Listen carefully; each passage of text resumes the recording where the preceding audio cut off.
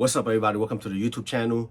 I'm your host, Nose215, and today I have a very good, lengthy review for you. So, two things. If you're looking for a fast, quick review, this is not it. Go somewhere else. And if you got kids around you, you might want to watch this later on, because I'm about to get in my bag, all right? So, let's just talk about it. Nike AF1 Terror Squad Blackout, okay? And I just want to talk about real quick. Well, not real quick. I'm gonna take my time. Because I don't do a lot of these often. So I'm gonna take my time. I want to get into what this shoe represents, okay? When you think about catastrophic events, there's always things that attach themselves to that event, right? So when you think about 9/11, it's hard not to think about the blueprint, and especially the numbers that the blueprint did for that week. 425,000 copies sold that week. You're talking about 9/11, one of the biggest terrorist attacks that the U.S. has ever seen. And for a hip-hop artist of that caliber to be able to sell that many copies in 1 week says a lot. It says a lot, because if you go back to that time and that week, TV was never the same. The first of everything after 9/11 was so big. The first Yankee game.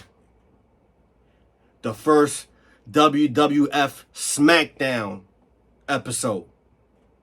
Because that was a Thursday. I remember watching that.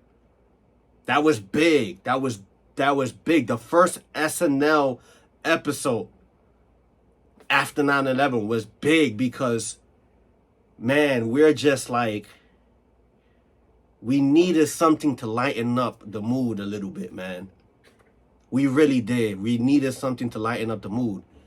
So when you think about 9/11, at least for me, and I have this thing, man, every 9/11, I'm listening to the Blueprint album, you know, because it's just like, I don't even want to think about that time, because it was just so.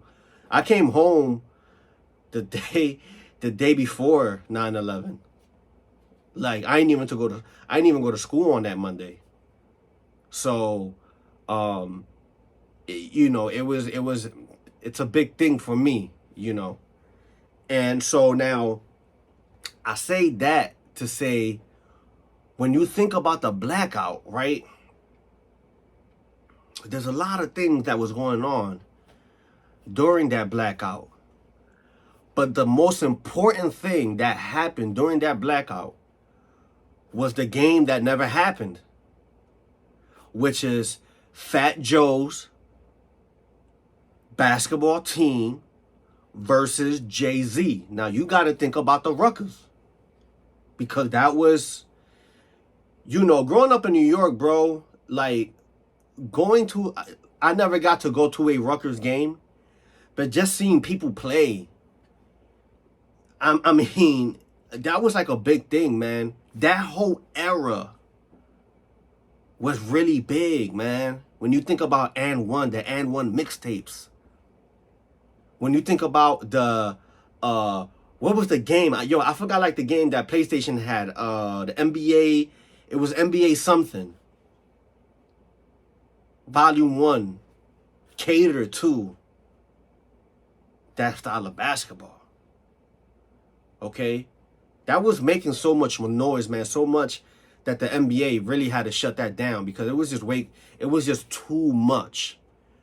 So now you have these big teams with big players, a lot of your favorite players. A lot of people were saying that they don't know if LeBron James was really going to play that night because it was a rumor. But if you look at that magazine cover and you see Jay-Z standing right next to your boy LeBron James, I would say that was really accurate, because they were already building a bond. They were already building a bond So I don't think that that was far from the truth. You had AI playing. Carmelo Anthony. What? Dude, a lot of your favorite basketball players was ready to go down. And what happened? The blackout hit. There were still people out there ready to see that game. 2,000 in attendance. People on top of the projects. And the only way to listen to the radio was to get in your car, because it was the only thing that had a working battery. And Hot 97 was just like, yo, where is Jay at? And Jay doesn't show up. Right? They shut it down. They were like, all right, cool. We do the rematch the next day. What happened the next day? Jay was a no-show. Jay went somewhere, I don't know, the fucking Bahamas or some shit with Beyonce. Because Jay was trying to capture, he's like, you know how it is, man, from back in the days. There was like a real big thing, man, where like girls like, oh, you just want to be with your boys all the time. You ain't trying to be with me. You just want to be in the streets with your boys. Hey, no, baby, it's not like that. You know what? I'm going to get in the plane with you. We going to the Bahamas. While everybody's waiting. Right? That's why that Lean Back track was so big. Those little small verses. And not only that, but there was already tension. There was already beef between both camps. Now understand this. There was a lot of tension between Terror Squad and Rockefeller. Because I always told this to people. Jay-Z, he's a copy and paste motherfucker to the death. To the death. Kanye said it. I did a song with Coldplay, then Jay did a song with Coldplay. I'm like, no way, Jose. Right? You know, so when you listen to Reasonable Doubt, there is a track in there. I forget which track. Oh my God, I forget which track. But the sample that he used was the same sample that Fat Joe used for his first album. Yeah, so there's a lot of tension there. That famous story about Jay-Z getting that bottle cracked over his head over at Jimmy's. Right? You know, and people talk about this now on Math Hoffa and all that. Like, they talk about this. So this is not no, like, make-believe story. No, this was like some real... This was... Now, whether they say it was Jay-Z, now they saying that they don't know if it was Jay-Z. They don't know if it was true or not. But everybody always knew that there was a story up at Jimmy's. If you don't know what Jimmy's, Coca Cabana, in Manhattan, La Gran Manzana. Like, that was a very big nightclub in the Bronx and in Miami. So, you know, people was up in there deep. And they said that your boy Jay got hit over that bottle because them Puerto Ricans weren't playing. Like, them Terror Squad boys was real. So there was already tension already there. Now you speed that over to the blackout. The game doesn't happen. Now you speed that over to what Fat Joe said on Lean Back. Right? And that was a real that was a real big thing. And then there was a couple shots still in between both. But how big was that All the Way Up remix with Jay-Z?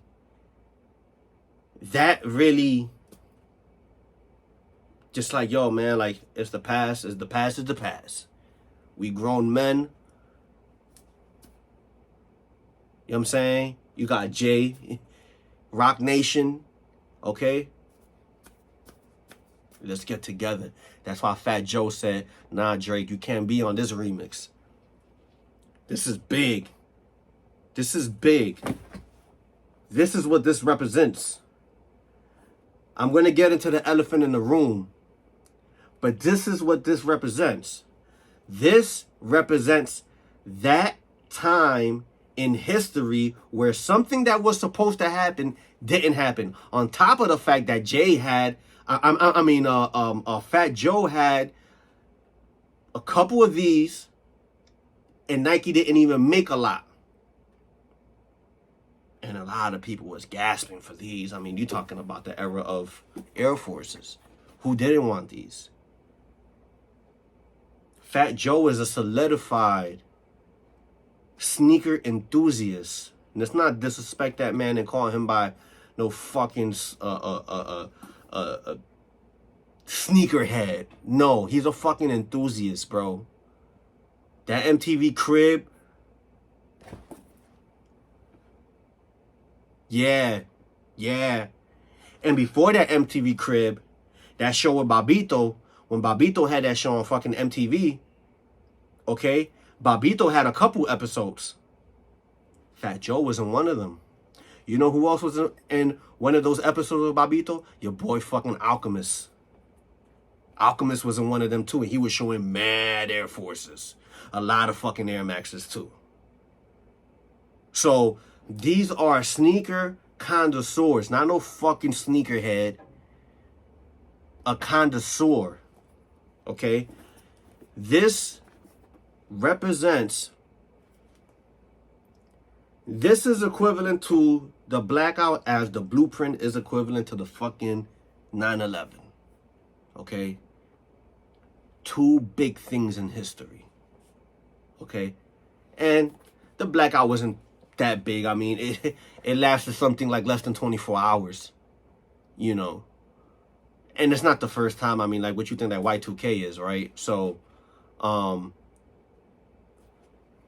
this is something else. Now,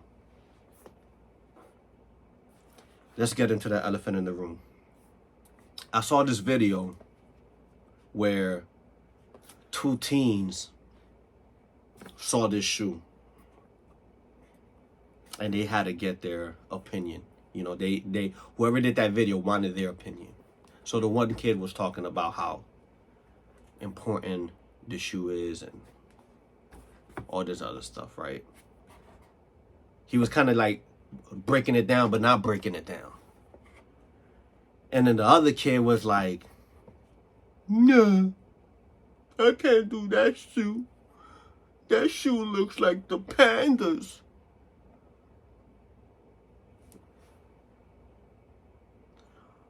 We have to stop as a, because this is not a sneaker community anymore. This is a culture. This is not a sneaker community anymore. Because the sneaker community, we used to help each other out. This is a fucking culture now. This is a cash grab. This is like some whole other shit.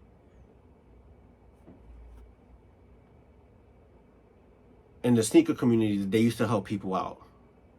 The shoe culture, this is something else. And people in the shoe culture hate things that are easily obtainable. I don't know why. For the life of me, I don't know why. Because at the end of the day, it's fucking shoes. That's why you have GRs. Right? Jordans were always GRs. We made that into like some fucking limited shit.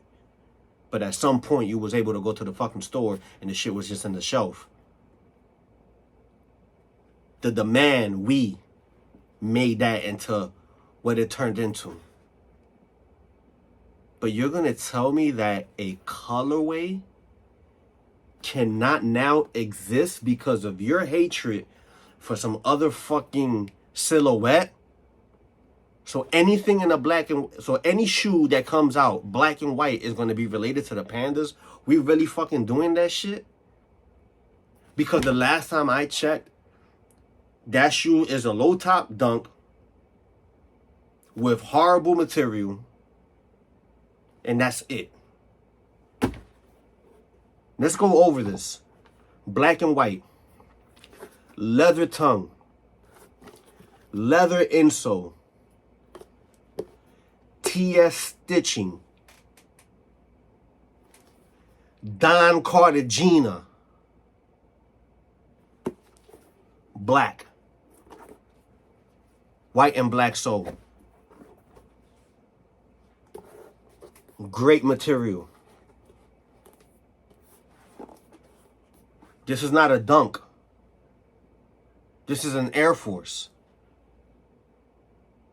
So you're going to tell him, so you're going to sit here and look at me with a fucking straight face and tell me that the fucking Concords 11 is a fucking Panda? Is you crazy? Motherfuckers will smack fire out your face. You gonna tell me that the fucking black and white 12s are Pandas? Stop it, bro. Stop it. People hate things that are easily obtainable. Look at the whole what was the white 350s? Y'all remember when the white 350s first came out? The white 350s first came out, right? That number was high when those fucking creams came out. Then he restocks them. It gets restocked, price goes down a little bit. Then it gets restocked again, price goes down. In 1 year, I believe that shoe restocked like 3 times in 1 year. Then the following year came. And what happened? The holidays came. November, Christmas, restock, price went down again. The next year, summertime, restock, the price went down again. So much so that shoe was unsellable. You couldn't give that fucking shoe away. That doesn't mean that people don't like that shoe. It means that they made so fucking many. That's why I don't play into the, we can't make that many shoes. No, you motherfuckers could make that many shoes. That doesn't make that a bad shoe. It makes a shoe that everybody wants to be able to fit it into a fucking culture. Okay? And because they want to fit into a damn culture that is ran by motherfuckers that just want to look cool and be able to say, you don't got these? Well, guess what, motherfuckers? They got those. They got them. And you don't like it. And that's fine that you don't like it. But don't make this shit the fucking Pandas, bro. Because you wouldn't do that to the black and white pigeons. Oh, that's a growl. Right? So let the price of the pigeons go down. So why y'all trying to do that to these? I believe that the resale on these is not high for, and I'm not even going to say that is an Air Force, because guess what? When fucking Common Dig Garçon, when CDG goes and they make an Air Force, that shit goes all the way the fuck up. So I'm not going to say that it's a silhouette. It's the fucking colorway. I bought these for $185 shipped. To that seller, thank you. Thank you. $185 shipped is what I paid for these. Because the culture hates anything that is easily obtainable. And that's the fucked up part. That's the fucked up part. So now you're telling me that anything that's black and white related, they look like the Pandas. You sound fucking crazy. Now let's talk about the colorways of this shoe. Because like I said, Fat Joe is a connoisseur. He ain't no fucking... He's able to do this because he's been doing this shit for a lot of years. I like every colorway except the olive and pinks. That white and pink is first on my list. I'm going to tell you, that white and pink era, 2004, 2003, around there, that shit was big. White and pink Air Forces. White and pink RBK fucking G units. White and pink Pro Cads. White and pink Jordan 12 lows. Woman. White and pink fucking S. Carters. That white and pink era was crazy. I gotta get those white and pink ones. He know what the fuck he was doing with that. The white and yellow. White and yellow was big, but it wasn't as big as those white and pinks. Yo, fitted hats were making pink fitted hats at that point just to match the fucking Air Forces or any other shoe that I just named that was just dropping shit in white and pink. Oh my God, yo, that white and pink era was crazy. So I need those. I need the white and yellow ones. I like all of them. That quick strike. They said it's supposed to be white and gray, but that's more like a steel blue. I need that. Let's give this man, yo, his props, bro. It sucks to make a shoe of this caliber, and the only thing that you could fucking say out your damn big lips is to say, I don't like these because they look like the pandas. You crazy, bro. You crazy. Understand that this man, his influence in the shoe game, why do you think he got Mayer around him? I mean, him and Mayer was always cool. But come on, bro. That man could have anybody next to him. Anybody next to him. But he has the Mayer? You think that shit is for coincidence? So, you know, it's and understand this. They don't need each other. But they're good. That's a good fucking team right there. That's a good team right there. Let's put some respect on this fucking shoe, man. Let's really put some respect on this fucking shoe, bro. This Bird Gang style. Let's put some respect on this shoe. This shoe has great quality. It has a great story behind it. Okay? Let's put some fucking respect into this shoe. If you agree with what I said, please let me know in the comment section. And if you disagree, please let me know in the comment section why you disagree. But this shoe, to me, it's too important in history to just try to brush this off and be like, nah, man, this shit is just... Like, I told my homie, Ken, I was like, yo, man, I need these shits, bro. I need these.